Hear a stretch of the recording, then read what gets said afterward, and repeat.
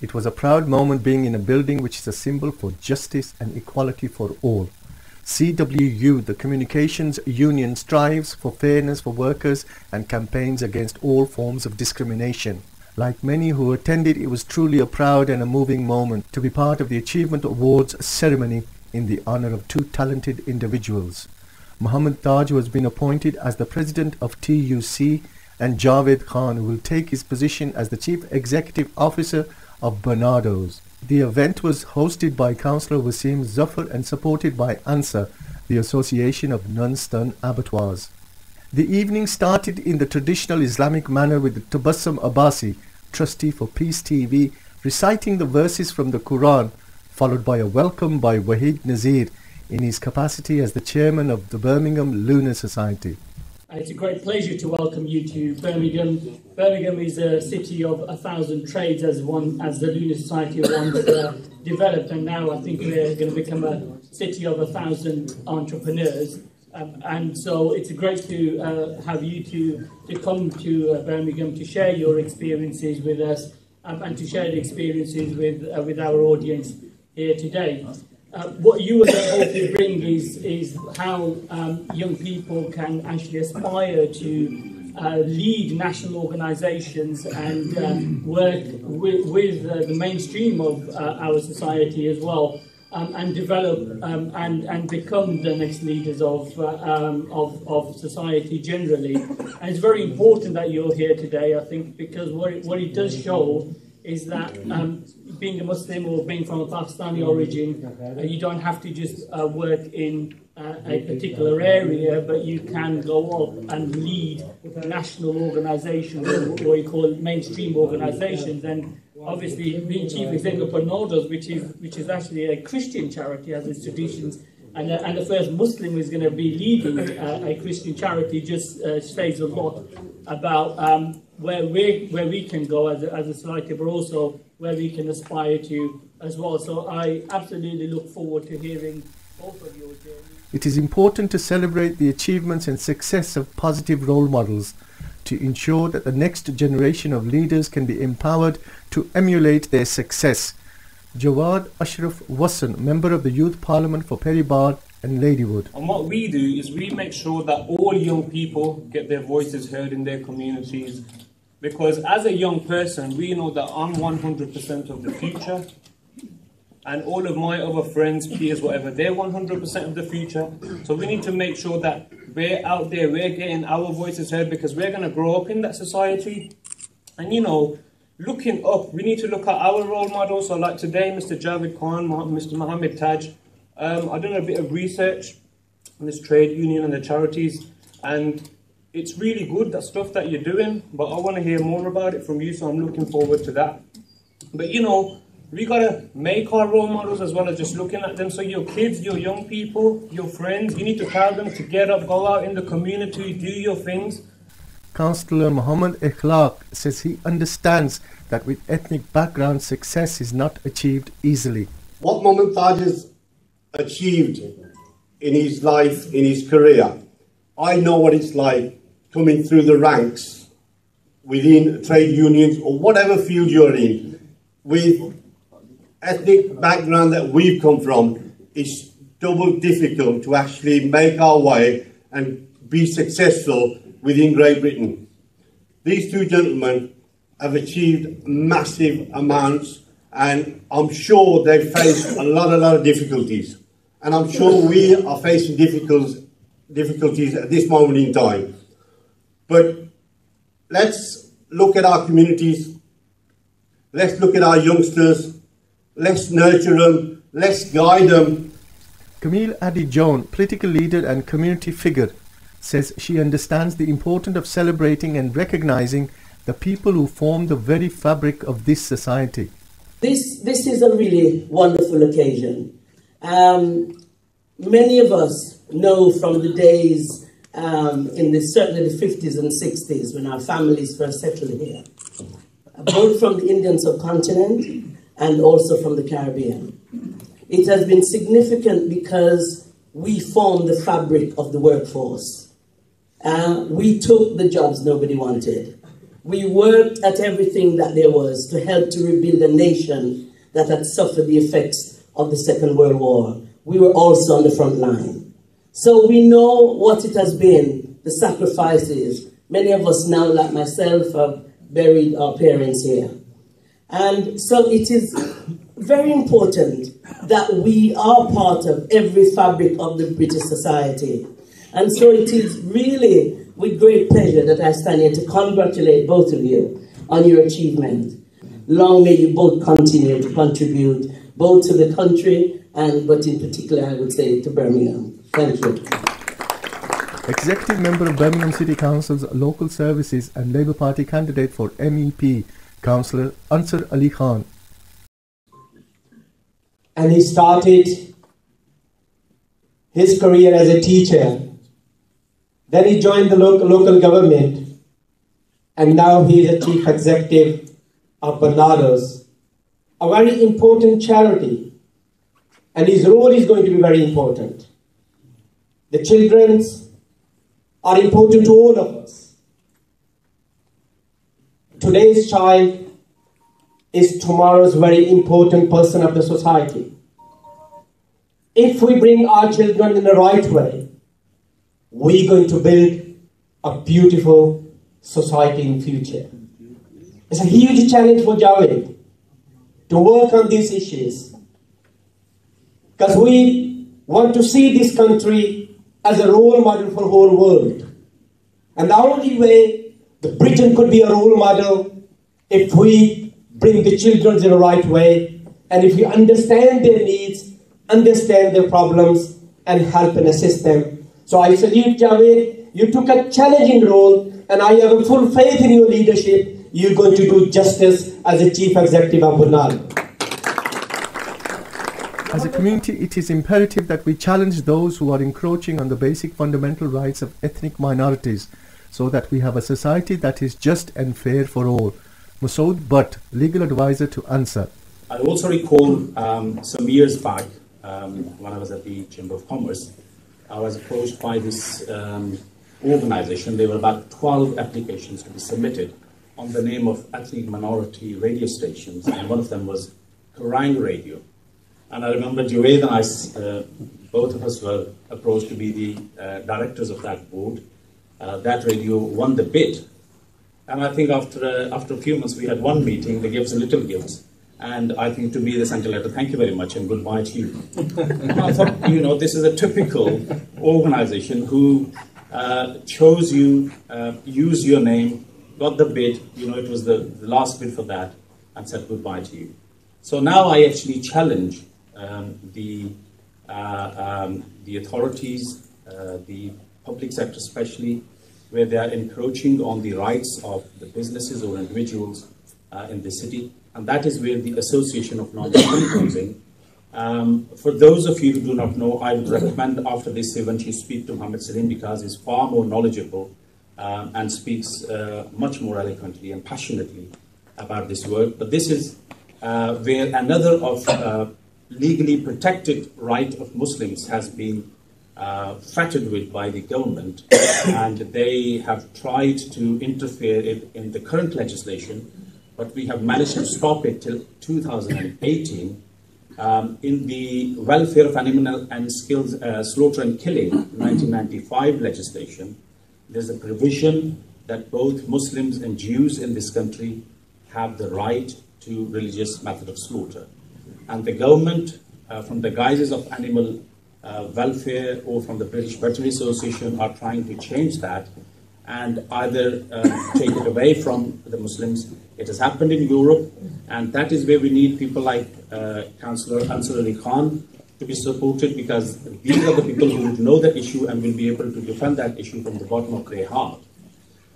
We do not want that intervention. I absolutely agree with the previous speaker who said we are one community. And I think I also agree with him that Birmingham is the best place to come and have a melting pot of various cultures. I do not have to travel to many places. I can go and see a temple, I can go and see a synagogue, I can go and see a mandir and a mosque, and everything is here. And that is where all of our children actually get a cohesive knowledge of people from one community. And that is very, very important.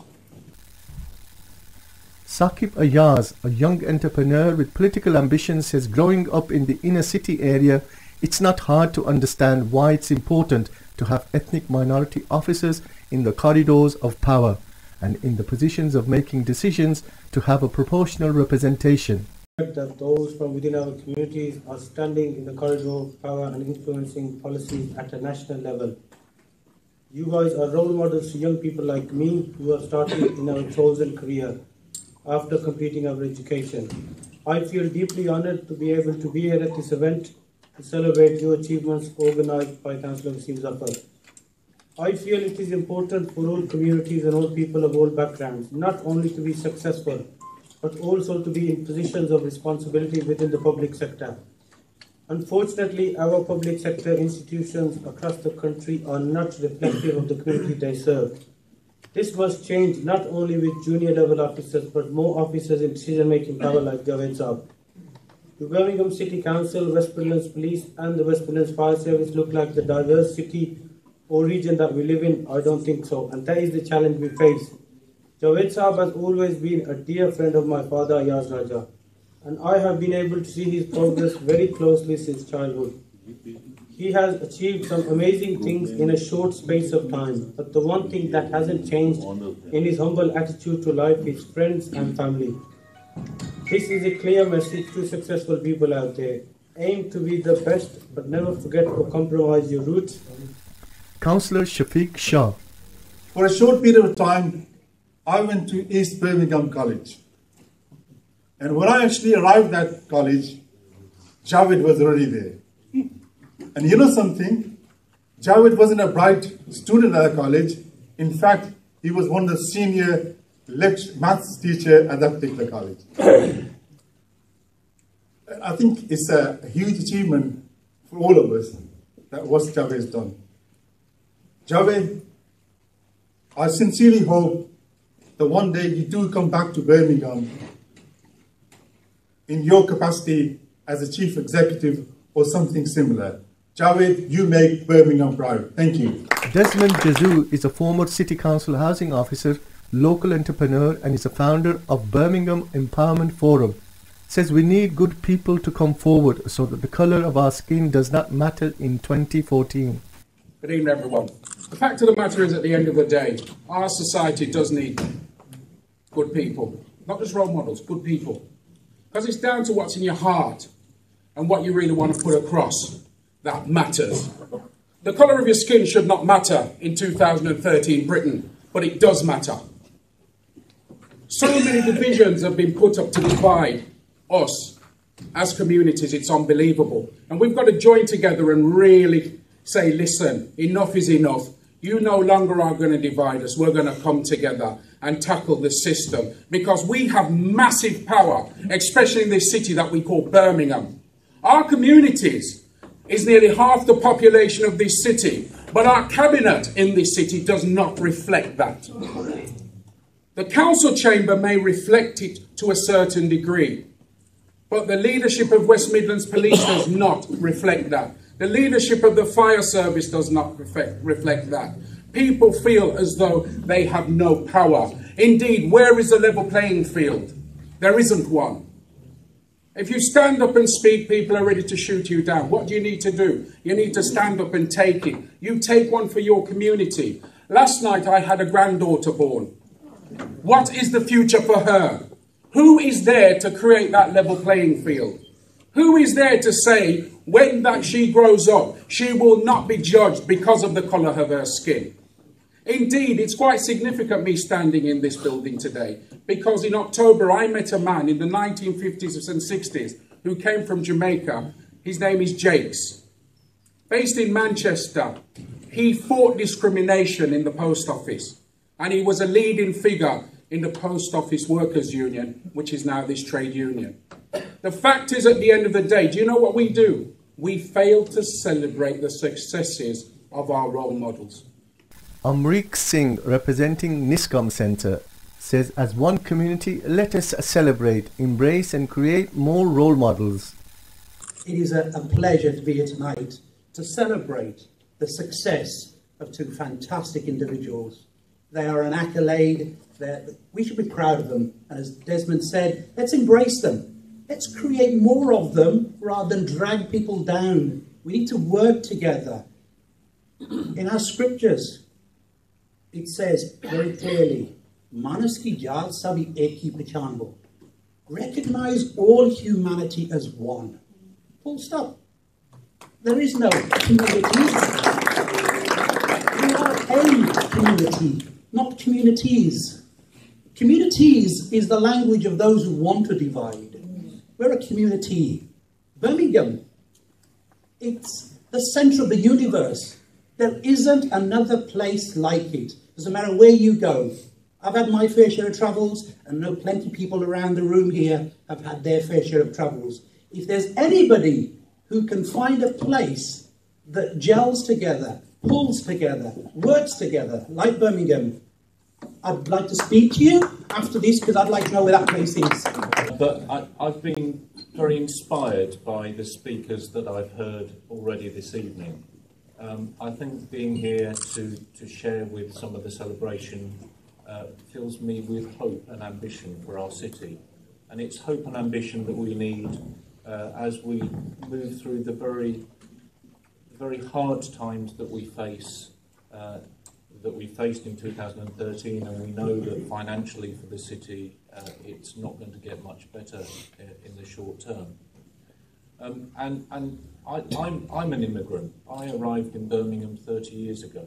I celebrated 30 years in Birmingham just last September. It was raining the first time I came to Birmingham, and I suspect that's true for many other people in the audience. But I've stayed in Birmingham, and I've stayed in Birmingham because it's a city that welcomes incomers, it's a city that has ambition, it's a city that has purpose. So we are really proud of you. What I see of you, the papers they've given me, it is a long list, and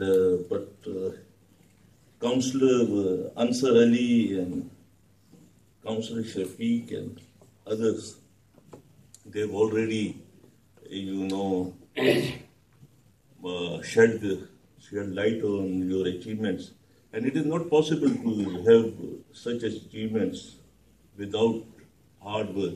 And hard work you can't do, there are no shortcuts to hard work.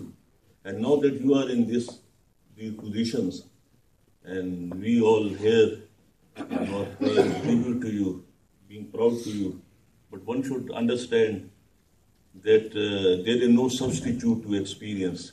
Distinguished guests and everybody else. Mohammad Taj, as you all know, started out as a bus driver in Bradford, Yorkshire.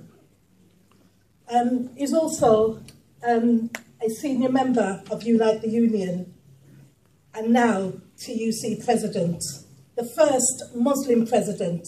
Now, a lot of you may not even know what the TUC stands for. It's a Trade Unions Council, and that is the umbrella group for all the trade unions in Britain, and he is the president.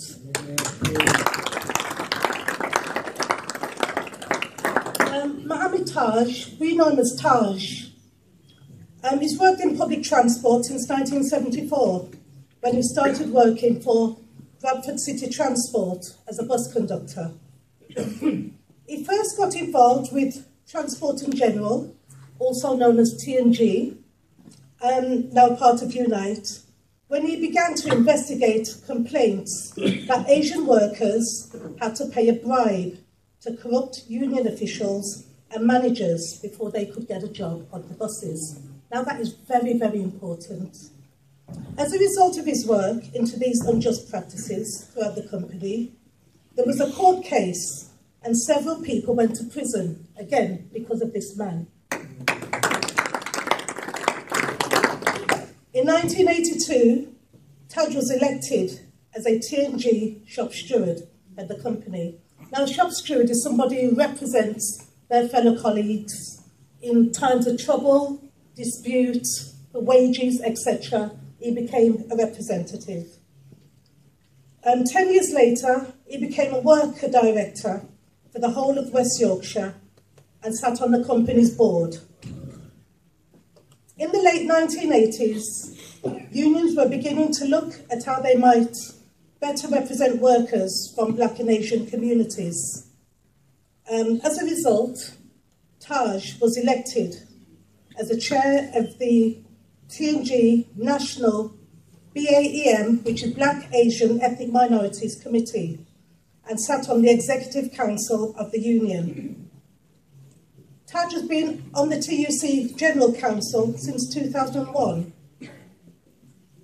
In 1995, following the riots in Bradford, which erupted following long-running tensions between the police and local Asian youths, Taj served as a part of the commission set up to look into the underlying causes of the violence. A year later, Taj went back to being a bus driver.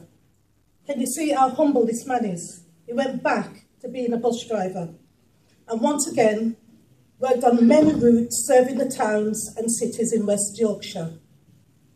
He is now based at Unite's branch office for First Bus in Bradford and is responsible for looking after the interests of over 650 employees who work as cleaners, engineers, clerical staff and drivers for First Bus in West Yorkshire. I present to you Mohammad Taj. Maureen, all the things I've written down I'm going to say, you said them already. So you made my life a lot easier this evening. Colleagues, good evening to you all. Sat Sri Akal, Assalamu Alaikum, and Namaste to all of you. I'm really grateful to Waseem, who has decided to invite us to Birmingham. And you know, every city is in competition with each other. Bradford says we've got the best restaurants. You say, look, our city is the best, and you produce more people politically, everything else. And when you hear independent people like myself, who are working for a TUC organisation which is non-political, is totally independent, when I say to you, yes, you are the best, that should mean something to you. Now, Desmond made a contribution early on, and I was really moved when he was speaking. I'll tell you what I was moved, because I was brought up in the 70s. In the 70s, the Black, Asian, and anybody you name it, Hindu, Sikh community, we worked together. And you know, we've forgotten that. Yeah. And we don't seem to be doing that anymore. Yeah, yeah. And we need to get back to the basics. Yeah, yeah. We cannot succeed. We cannot succeed without collectively working together. It's something that I was raised, I learned, and there's a discipline. Discipline is that there may be someone out there from the Conservative Party. I might not disagree with them on 99% of the issues, but I can agree with them one. Now, there's no harm, there's nothing wrong with us working on that one issue, because it's a common issue, common cause. Give an example, people in the Liberal Party, Labour Party, Tory Party, all over, when I was a young socialist, we worked on the anti-apartheid movement, and we were able to bring it down. And some of you remember Bernie Grant? Yes. Bernie Grant, and you know, he made a tremendous contribution. Bill Morris, he's from Birmingham, and his contribution, you should not forget, and he should be going down in history books. What he did in the labour movement, he was my hero, he brought me up, and I used to look up to him. And he faced a lot of racism, let's not forget. I remember we were running his campaign, and I was sleeping in Barnsley at the shop print level for 4 weeks on the floor. During the drive, I was driving a car delivering material up and down the country, in Scotland, in Wales, all over. You know why? There was a guy from Wales running against him.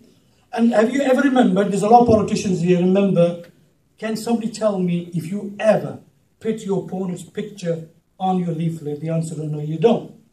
You actually print your own picture, your party supporters, other people are backing you, but you never ever put your opponent's picture. Bill Morris, when he was running, his opponent, who was white, he put Bill Morris's picture on his leaflets. You know why? Because he wanted white members and teams to know that he was black. Yeah. That was the message. If that wasn't racism, what is racism? Yeah. So he struggled. Even in the union, he was there. Now, I'm not very proud of the trade union movement, and I'm not proud of the Labour Party and all the institutions that we've dealt with over the years. Because I remember Douglas, from my own union, marching with Ina Powell when he made the speech of Rivers of Blood. And you know, we got some of those people now at the moment making sort of speeches up and down the country, and they tell us migration in Bulgaria is no good for you. I'm a son of a migrant worker. I'm here, and I believe I made a contribution to this nation. My father has made a contribution to this nation, but he can come over here. I think the mic has gone off somewhere. It's the electric power.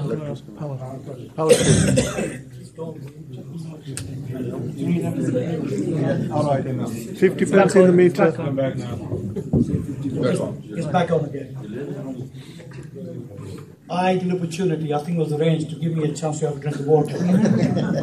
So what you have is, our forefathers have made a tremendous contribution. You know, today, I'm very honoured, the people of Birmingham and Waseem and all his workers have arranged this event and to celebrate something that's happened for both of us, my country and myself. I'm very honoured. And you know, we've had a couple of presentations, and I'm really worried about those presentations, because my wife is going to say, go back to Birmingham. It's a good city. They'll give you some presentations. But, you know, you've done something which is something new, which I've not seen in Bradford happen. Bradford over the years has been very good, by the way. Rather than pushing our young people up, our women forward to participate, make positive contribution, we are very busy pulling people back. And now, I sat on the commission in Bradford for 14 months. There was 3 years. And we agreed that we're going to produce a report which was going to make a recommendation the way forward. At the end of it, the report in fact contained lots of criticism about the Muslim community. Now I said, look, I'm a Muslim myself, I'm a Kashmiri myself, and there is failings in our community and we need to address those, we need to raise those questions. But we cannot just criticize the Muslim communities without mentioning the failures in institutions.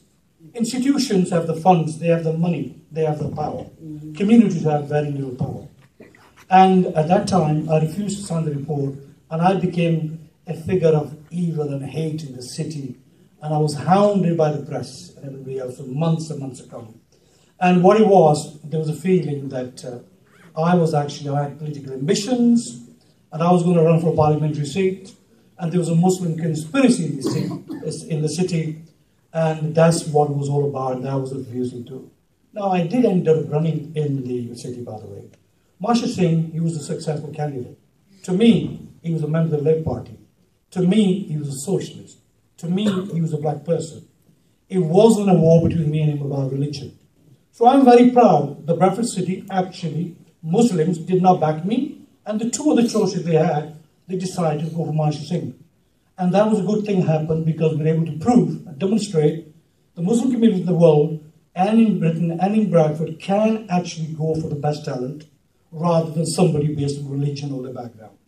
Now that's what happened. A role model to us. Javed Khan has over 28 years of extensive and varied experience in the UK public and voluntary sectors and has developed a track record of successfully managing change through key high-profile leadership roles. He is currently leading the major national charity Victim Support, where he leads 1,500 staff and over 6,000 specially trained volunteers. The charity is the world's oldest and largest such organisation and contacts over a million victims and witnesses each year, having 600 sites across England and Wales. Javed joined Victim Support in 2010 from the Government Office for London, where in his senior civil service role he worked with key London agencies and government departments focusing on improving how agencies share information and work together to reduce serious youth violence across the city. During this period, the capital saw 40% drop in incidents of serious youth violence. In December 2003, Javed joined London's Harrow Council as Director of Education. By 2006, Harrow had been recognised as the 4th best achieving local education authority in the country. In 2007, he took on the role of Harrow's Director of Community Cultural Services and led the department from poor to a good external inspection outcome.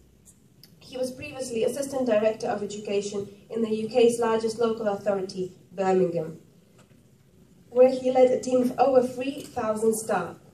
During this period, he played a key role in the education department, achieving excellent status in Ofsted inspections. Javed's parents, having immigrated from Kashmir region of Pakistan, could neither read nor write. Growing up in the backstreet of inner city Birmingham, his comprehensive education led to a mathematics degree and then to a teacher training. He began his teaching career back in the West Midlands at Cadbury College, and then made rapid progress through the education sector, holding posts of Head of Mathematics, Assistant Principal of Director of Development at City College Birmingham, one of the UK's largest colleges. In May 2014, Javed takes over as Chief Executive of Barnardo's, the world's leading children's NGO. He will then have responsibility for over 8,000 staff, 15,000 volunteers, 900 services across the UK, and an annual turnover of over 250 million. Congratulations. I'm absolutely delighted and extremely humbled to be here tonight. And I must thank Councillor Waseem, Brother Waseem to me, for putting so much effort into organising this very special event. I've known Waseem for many years, and as most of you will know, he's a very fine, young and up-and-coming politician, extremely talented, highly articulate, has wisdom way beyond his years. And I often, in my day job, spend a lot of time in the corridors of Parliament around Whitehall, and I can say without any doubt, we need people like Waseem in those corridors.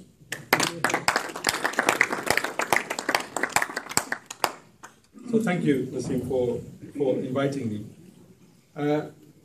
Birmingham is a very special place to all of us in this room, and to me too. It's been already referred to as the city of 1,000 trades. For me, it's even more special than that. You know, this is the city of my childhood dreams, and the dreams of the people in the audience today, and all the people that we love and care for that are growing up in the back streets of Birmingham. You know, this is the place where, for some of us, our dreams have come true, and for many of them, those dreams have been blocked for all of the reasons that have been touched on. But it remains a special place. I'm really pleased to see so many old friends, some from my school days at Golden Hillock School and Christchurch Primary, where I grew up. So many members of my family that are here, close family and distant family. You know, we have a big extended family in the Kashmiri community. And to see so many councillors, of course. I say that with a little bit of trepidation, because all of my local government training taught me that when you have politicians in the room, you should say very little and give them the priority. So I'll break that rule just for today, so please forgive me, councillors. But you know, to have people in the audience like Raja Mohabbat and Raja Brother Ayaz, who've been great supporters of me for many, many years, but Councillor Shafiq Shah, Councillor Ansar Ali, Councillor Zaffar, Councillor Clark, Usma Ahmed, Chaudhry Mahmood Saab, sitting up with us on the top table. These are very special people. These are the leading lights of Birmingham's politics at the moment, particularly the Pakistani Kashmiri community and beyond that. But we also have Councillor Bedser, of course, who made a very important contribution earlier. As I say, these are important people, and people that I have a huge amount of respect for, and I've probably forgotten one or two as well, but you will forgive me. I was very pleased for the first time to be in the presence of Apache Indian. Now, Apache Indian and I go back a very long way. He doesn't know this, because 25 years ago, I bought that album that he released.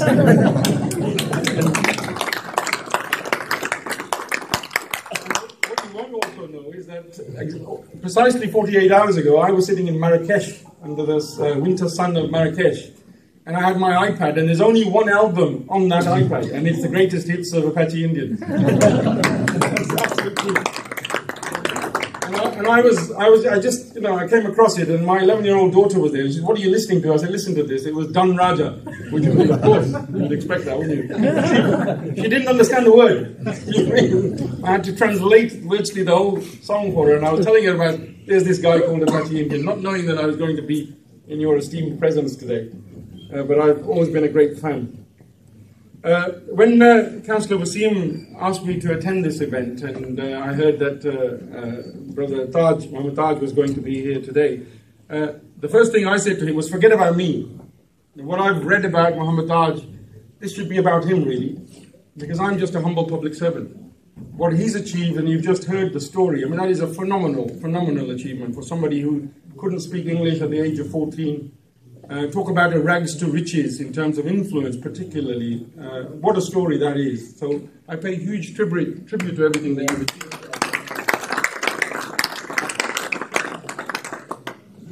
My journey, friends, is relatively simple. You know, there is no real great secret behind anything that I've done, but I just want to touch on a few of my reflections to see if they're of any interest to you. As you heard, my parents emigrated from the region of Dadial, a small village called Haveli Bagal, a very simple existence, and came to find, like many of your elders, a new way of life in the 50s and 60s. We grew up in that very famous place, part of Birmingham, called Spark Brook. Famous for many things. You know, it's had more reports written on it, more regeneration done to it than anywhere else, and is in a worse situation now than it's ever been. That tells you something about public policy. Again, the politicians will have to forgive me, those who are responsible for all of that, but there's a lot more work to do. But Spark Brook is where I grew up, and then later in Small Heath. And that period of early life in Spark Brook was, as I say, very simple, very humble. You know, we didn't have many material possessions. My story is no different from many others that you will know very personally. I mean, parents who are non-educated, I remember going through 12 years of schooling, 12 years of parents' evening, not a single parent turning up. There was no point, they couldn't speak the language. I remember forging the absence notes for every signature for the parents. We used to do it because they couldn't do it. Being their translators, explaining this complicated world. And going through what I can only call as a culture clash, which I think some of you will probably connect with. I remember as a young teenager going into all sorts of, into shops with my father or my mother, and them turning to me and saying something in our home family language of Mirpuri, and me turning the other way in embarrassment, because there was an English shopkeeper and I'm English, I speak English, I don't speak that lingo. That kind of very personal embarrassment, because growing up in that world, and I'm sure you understand what I mean, there were all kinds of clashes in our identity. This very, very confusing world of who are we, what do we believe in, what are our roots, what are we proud of and what are we embarrassed by, and how do we cope with that? And for a young person growing up, that's complicated.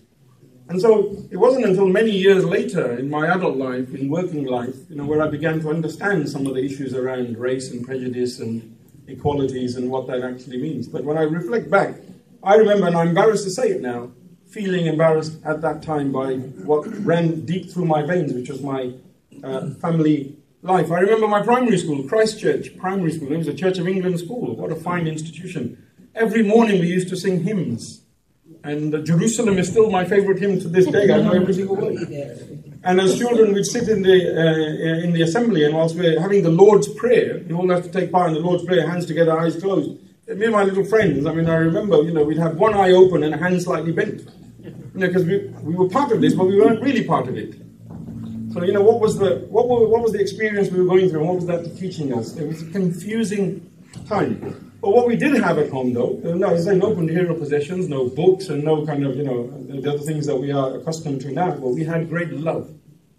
We had a great, strong family ethic, and an extremely hard work ethic from our father and from our extended family.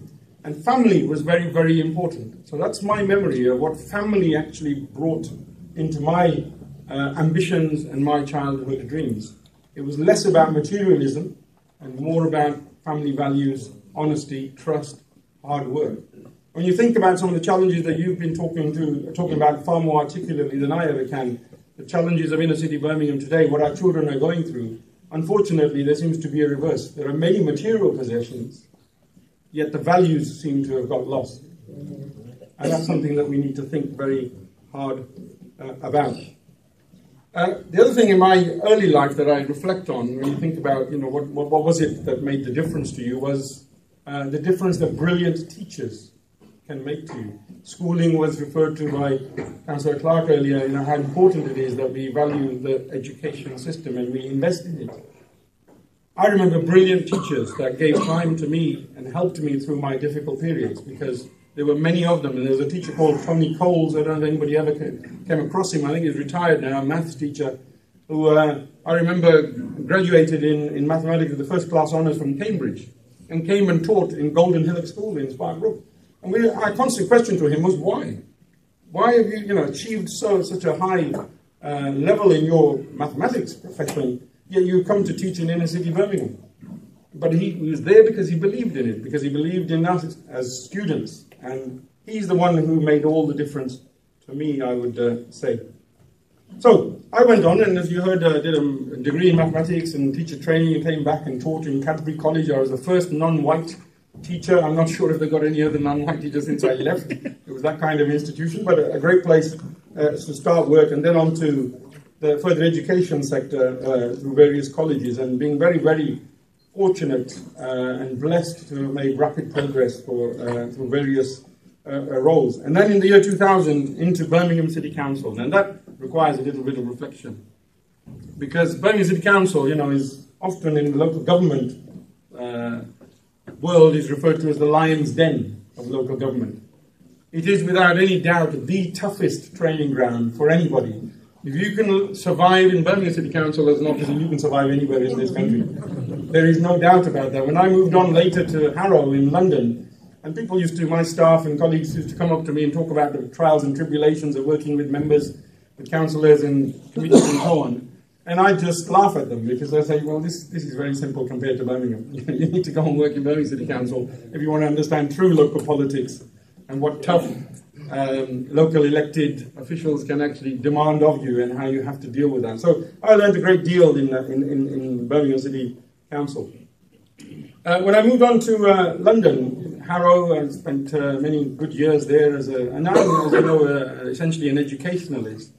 So the opportunity to serve as a director of education and try and make a difference in the lives of tens of thousands of children, not just your own children or a few people in a class or a school as a teacher, but tens of thousands of children on a mass scale is an enormous privilege. And I've always regarded that as a privilege, and that's how I approached my work. And then into the senior civil service, which was an experience of a very different nature, working with even bigger politicians, ministers and cabinet ministers and so on, which taught me a great deal. And on to victim support. My first time in the voluntary sector. I know there are many people here who've spent most of their life working in the voluntary sector, and it was an interesting shift for me. And often people ask me, what's it been like and what's the difference? And of course there's a huge difference. But actually somewhere I feel very, very at home. It's an experience of working with people who are driven by values, without any doubt, where you can luckily put most of the politics to one side and do an amazing amount of good for communities, for society, and influence government policy too, which I try and do a lot of. There was a journalist who approached me when I first was appointed Chief Executive of Victim Support, who came and said, tell me your story and what you've just heard now. And he said, that's really fascinating. He said, so you're from the Mirpuri community, the Kashmiri Pakistani community. He said, your story, clearly you should have been a welfare statistic. What are you doing as a chief executive of an organization? What went wrong? And I said, what do you mean? He said, well, look at the statistics. Your community is the most undereducated, is the most underemployed. It's got the worst health statistics. It's got the highest proportion of growing population of prisoners at the moment. You should have been a drug addict. You should have been a drug pusher. You should have been a pimp. You should have been, you should have been locked up, certainly. How did you manage to escape that world and stay on the straight and narrow? Now, there's a really important message there, isn't there, about the image that we have as a community, and the statistics to back it up as well. This isn't hearsay. There's a real challenge for us about how we represent ourselves, and it did get me thinking. And my reflections on that are, of course, there's no secret. There's no pill that you can take or I can give to anybody else to say this is what you need to do, and everything will be fine, and you will achieve, and you'll get to you'll get to fulfill your ambition. There is no such thing. There's no get-rich-quick solution. And unfortunately, that's one of the big challenges, isn't it, for our children growing up in inner city Birmingham or anywhere else, in fact, in this country at the moment. The material values that are instilled in our society at the moment lead people to try and find the shortest route to get the maximum benefit rather than the hard work ethic that so many speakers have spoken about. There is no other way. And my approach, throughout all of this has been relatively simple. I mean, I'm a man of faith, very strong faith. I believe in the Almighty, who is our guide, who is our sustainer, who is the provider in every single situation. And my motto is very simple. It's no great kind of message that I have for anybody, but it is to whatever opportunity the Almighty gives you, do your level best, work extremely hard. That's all you can do. That's the only thing you have in your control. Your destiny is in the hands of the Almighty. He will decide whether you succeed or not. He will decide what your next step is going to be. People often ask me, you must have a great career plan. What's your next step? And I said, well, I'm barely coping with the current one. I have no career plan. I trust in the Almighty. All I can do is work damn hard in the opportunities that He provides me. And that's been my motto throughout, really. Nothing more exciting than that. So I want to end, I do want to end because I can see the food is gathering. And somebody once told me, never get between a Pakistani and his samosa. You'll be in trouble. So I do want to end, but I've just got six reflections on, when I look back on my 28 years, what message would I give to anybody that might want to listen, particularly for the youngsters in the audience and the parents, of course, to share with their children. There are just 6 messages. Firstly, know yourself is something that I've learned very clinically over the years. And by that, I mean, understand who you are. Understand your roots, your family, your origin. What is it that makes you and your family what it is today? It's really, really important. And culture and faith is all obviously fundamental to be that. Don't just understand it, but be loud and proud about it. Don't hide it. Because actually, what I've learned over the years is that it adds value to who you are. It adds value to the contribution that you can make if you know who you are, where you come from, what you believe in, what your culture is, what your home language is, and what your extended family teaches you, and so on. All of don't shy away in the way I used to. So be loud and proud because it adds value. And that's in the context of living in this very challenged world. This is a world, as a Muslim, I operate in an Islamophobic environment. There is no kind of hesitation in saying that. Islamophobia is all around. And how are you ever supposed to cope with that? Where are you supposed to dig deep and reach inside and get the confidence to cope with that if you don't know who you are and what you stand for, and be proud about it? And in the long run, people will respect you for it. Too many of our colleagues don't have that confidence and actually think that the way to play the game is to hide who you are and hide what you believe in and so on, and actually lose that. Secondly, in this journey, expect turbulence. That's probably the best way I can put it. Turbulence, you can translate that into many other ways, but expect problems along the way. Life is full of them. Careers are full of them. I've got the scars, and I'm sure other colleagues have as well. You don't survive some of the roles that we've survived in without those scars. Take them on, expect them though. If you expect them, the turbulence won't surprise you. And Birmingham City Council taught me that, actually, in the first place. And it took me a while to learn that message. Expect problems, expect challenges, expect hurdles, and you'll be much better prepared for them when they come along. It's like flying a plane, really. That's whether it's members of our families, our friends, or whole communities along, in a small way or in a big way, we need to have that very clear agenda in our mind that we have a duty. The word duty has been used a number of times. We have a duty and a responsibility to share what we've learned with others so that they can also achieve and learn in some way from your experience. So that's the kind of end of my wisdom, really. I told you it's no great story. I feel extremely humbled. Friends and family have been so generous with their words today. I feel very undeserving. There is no special story here. I need you to remember me in your prayers, in your good wishes, and in your support.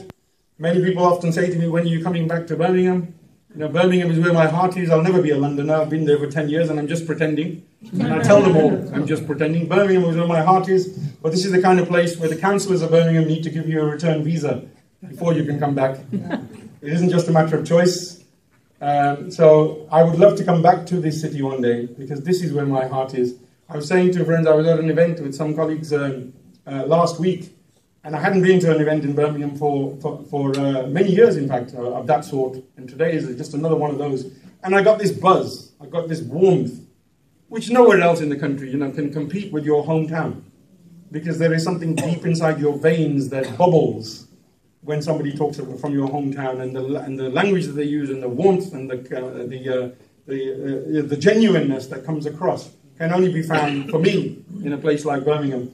So wherever I am, whatever I can do for the friends and family and the people of Birmingham, you can rest assured I will be doing.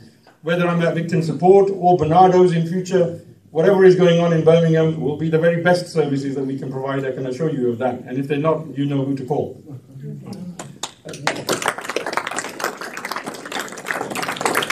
Let me just end by once again thanking all of you for sharing your very kind thoughts, and most especially thanking Brother Waseem for putting all of this effort and energy. Events like this aren't easy to arrange, even if you're dynamic on Facebook and Twitter, as he is. It still takes a lot of effort, and I'm extremely humbled to have been invited here.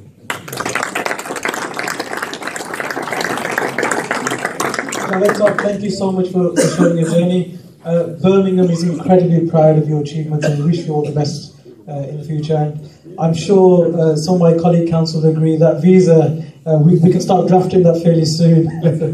But inshallah, we look forward to seeing you back in Birmingham in the very near future. But wish you the best of luck at Barnardo's. Before I call upon Mahmoud Ahmed to do a vote of thanks, I just want to make one particular point. There's many elders in this room. It's important that we pay tribute to you, the first generation of migrants who came to this city, came to this country. It was the hard work and the sacrifices that you made have enabled people like Javed Khan, people like Taj, so people like myself, and others to succeed. So I want to pay tribute to the elders. And Hector, including the elders now, so thank you also, Mr. Hansworth. I'm very, very sorry for those individuals who I haven't been able to request for them to say a few words. I've tried to do this as quickly as possible. I promised that food will be served at 7:30, it's nearly 8:30. So I am sorry for the speakers that I haven't been able to accommodate.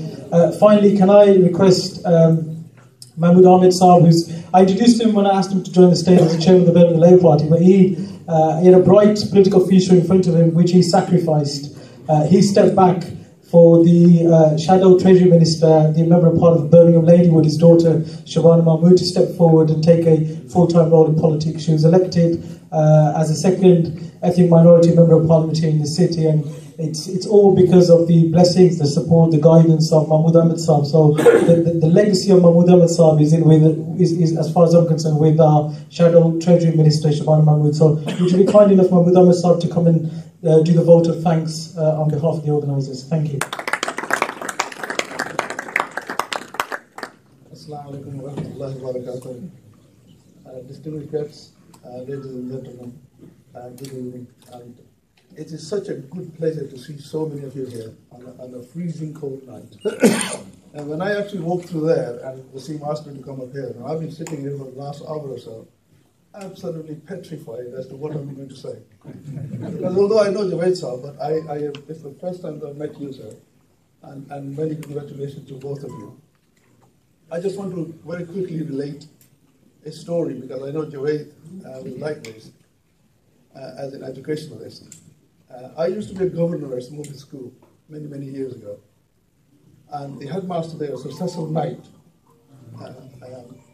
a very good, distinguished headmaster. And we were discussing, performance of our children at A to C passes in the school. And he said to me, Mahmood, every one of us is good at something. It's finding out what that is.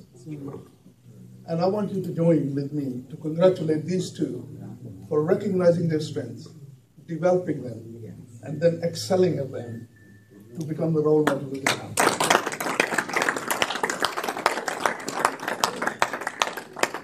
I am also aware of what Javed said, that don't stand between a man and his samosa, and they're getting cold. So I want you to join with me to thank them for coming to Birmingham and sharing their life experiences. Thank you very much.